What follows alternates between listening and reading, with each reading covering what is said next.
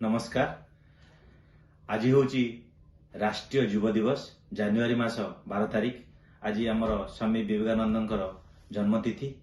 से दिवस रे मु दुई पद आज युव समाज को कहवाक चाहूँगी।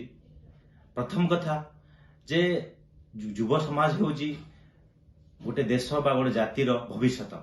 युव समाज चेतनार स्तर, युव समाज चिंतार स्तर अनुसार गोटे जाति बा देश आगू जाए।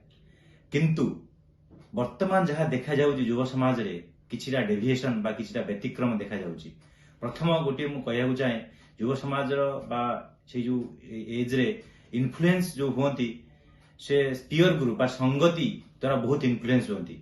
वर्तमान पिला मानकर बहुत इन्फ्लुएंस होउछि गोटे मोबाइल एवं एडिक्शन से दुटार बहुत इन्फ्लुएंस होउछंती।